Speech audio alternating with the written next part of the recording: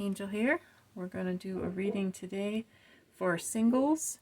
So if you are unhappily single and want to find a connection, we're going to talk about what's working for you, what's working against you, and what you can do about it. So let's pull a Shaman's Dream Oracle for what is working for you. For the single that wants a relationship, what is working for you? Fool's Embrace, Transmuting Pain. So just to showcase some of these decks, I'm going to read what's in the book for this card. This is what's working for you in moving you toward a relationship.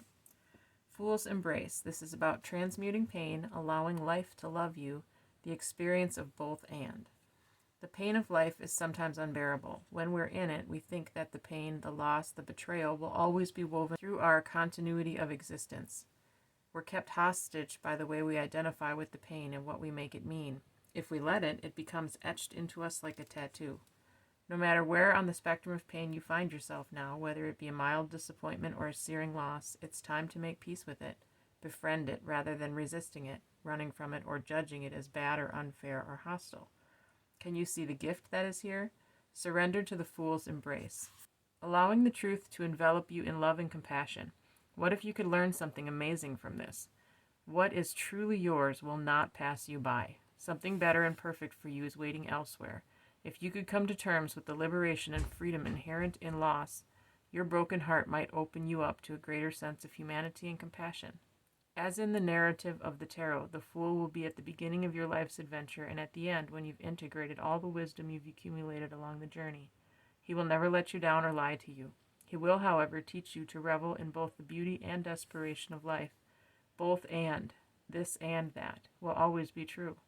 Remember that the pearl can't be created without the gritty sand causing discomfort and acting as a catalyst in the oyster. Your pearl is discovered in radical acceptance that everything has value. All is well now and will be well.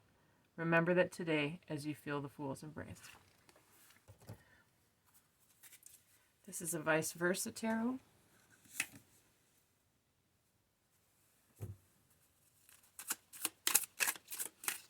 Something that is working against you finding a new relationship or solidifying one that you hope to have. Something that is working against you. Is there a certain attitude that's maybe holding you back or holding you hostage?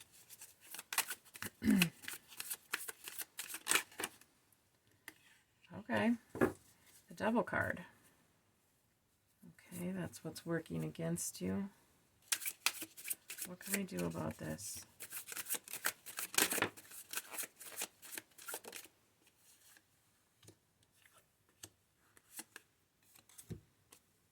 Okay. I feel like one more to clarify this Fool's Embrace in transmuting pain. How is this working for you? What is this helping you with? How is this bringing you closer to a relationship?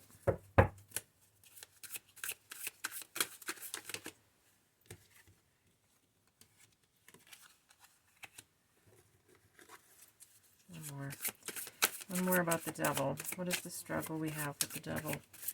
This is what's working against us. In what area? Okay. Okay. Bottom of the deck is the Moon, and the thing left out was the Magician.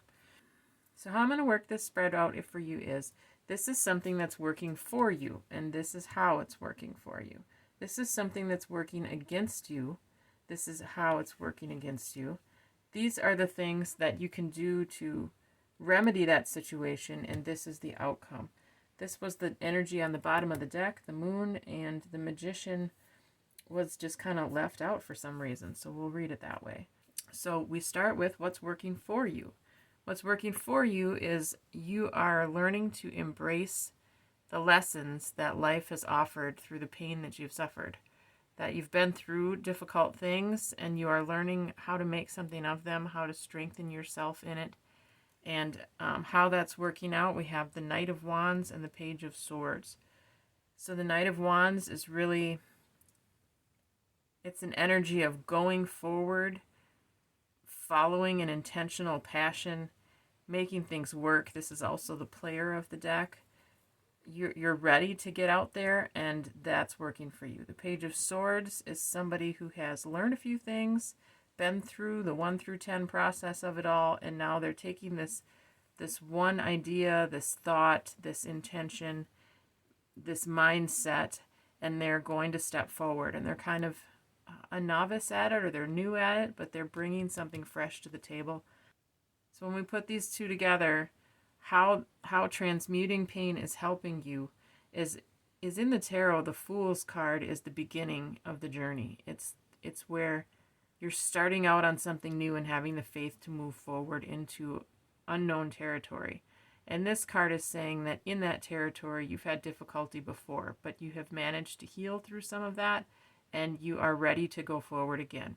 You've got a clear mind and a clear purpose, and you're moving forward. So that's working for you. What's working against you? I think I will choose the Devil card to read at the end. So if you want to hear the definition of that card, stick with till the end, because a lot of people have a misconstrued conception about that.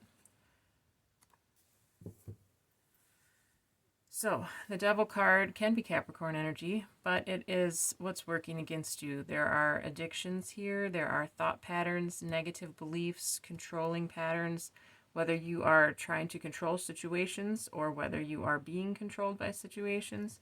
This card is really about a bondage of sorts. Like I said, it can be to a thought pattern, a relationship, a substance. This can be anything, but this is what's working against you.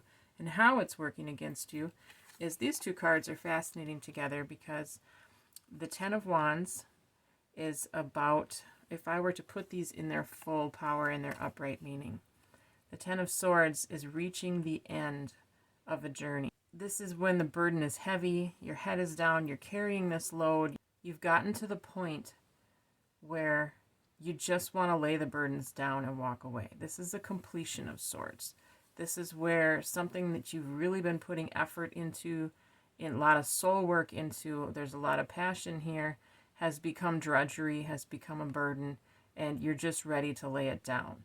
So in a sense, the card 10 is a 1 and a 0. So this also encapsulates a new beginning. However, it was reversed. So I would say that we are addicted to something we've put a lot of time into. Maybe it's a story we've told ourselves. We've invested a lot into this narrative, and we just have forgotten we can choose to believe something else about our life, to go back and rewrite how we perceived our history and set ourselves free from it. The other card with this is the World card. The World card is just about at the end of the cycle. I said the Fools started this. The World is at the end of this. So we kind of have the beginning and the end. And this is where the cycle would start again. Normally in the unblocked upright position, this card would flow with, you have come to a completion of this cycle. You have mastered it. You've finished your lessons, and you're letting it go and starting a new journey. But this was also blocked and reversed. So what we're seeing here is that you, in some areas, it's working against you to be holding on to these old stories, relationships, situations. Could be too much partying, but something you've really invested a lot of energy into that needs to come to a close, that needs to be walked away from and let go of. And you're just not realizing that you're bound to it, and that you can choose to walk away from it. You can lay this down, end this cycle, and start a new journey. So our next cards here were how we implement this. We have the Four of Cups and Death reversed. I'm not sure if we should leave this reversed or not, but it's the same energy either way. So the Four of Cups is about being disheartened and bored, but it's also recognizing that you've been looking at these three options. This, again, could relate to a lot of partying and community with Three of Cups, although I'm not getting that vibe for everyone. And this is being offered to you, this new cup, this new beginning, and you can't even see it because you're just so tired with the old. So recognizing that there is a new choice here, that there is a new direction being offered to you at all times, and that you can step away from what you've had and build into the next stage to receive the next offer.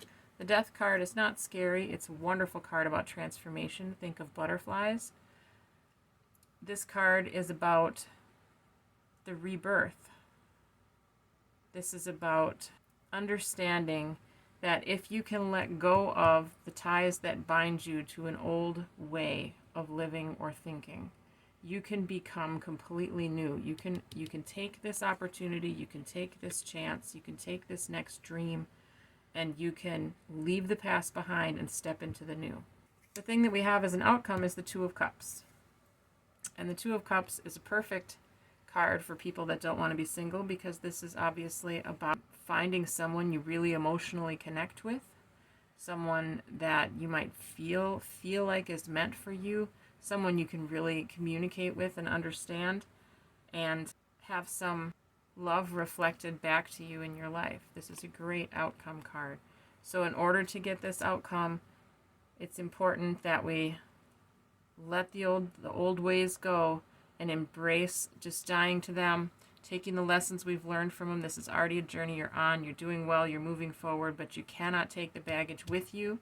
You have to take the new cup, let the old go, and explode into the new, and this will lead to finding a partner for you. Over here, we had the moon as the bottom of the deck energy. So you're kind of in a dark night, but you're coming out of it. And you're being offered an opportunity. And the only thing standing between you and the future that you want in a relationship is taking action. Step out of the old, grab a hold of the new with this energy and this vigor and these lessons you've learned, and don't be afraid to go forward into something. You can rewrite your story. You can choose to be whoever you want to be. You just can't take the old with you and have a new life. So that's what I have for you today. I hope that you enjoyed it. Like I said, if you are interested in some of the wording and more information about what's in the books, stick around. I'll put that right here. If you're interested in a more specific to you personal deep reading, please private message me on Facebook. I do personal readings.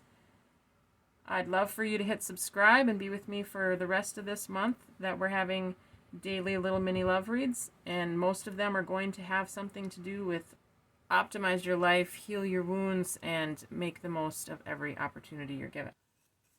And there are two sides to every card in this deck. It's kind of unique that way. It's not reversals, it's just two sides. In the depths of hell, the devil crouches atop a roughly carved pedestal. Below him, chained to the pedestal, stand the lovers. In their own card, they are forced to choose between the blissful ignorance of paradise and the possible painful knowledge of the real world. Here it seems they have made their choice, and somehow it has corrupted them to the point where they are in thrall to evil. The devil himself is part human, part beast. His bat wings symbolize his dark essence and the hatred of light.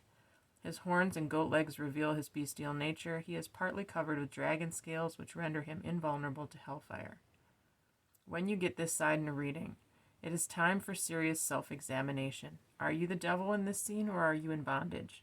The devil comes out when we exert our power over weaker, more vulnerable people. If you have bullied or intimidated someone, or if you are keeping someone in a relationship against their better judgment, take a good look in the mirror. If you are the one who is bound, seek ways to break the chains. Your servitude may not be to a person or position. Addicting and destructing habits are also the devil's tool as well. So, hope to see you tomorrow. Thanks.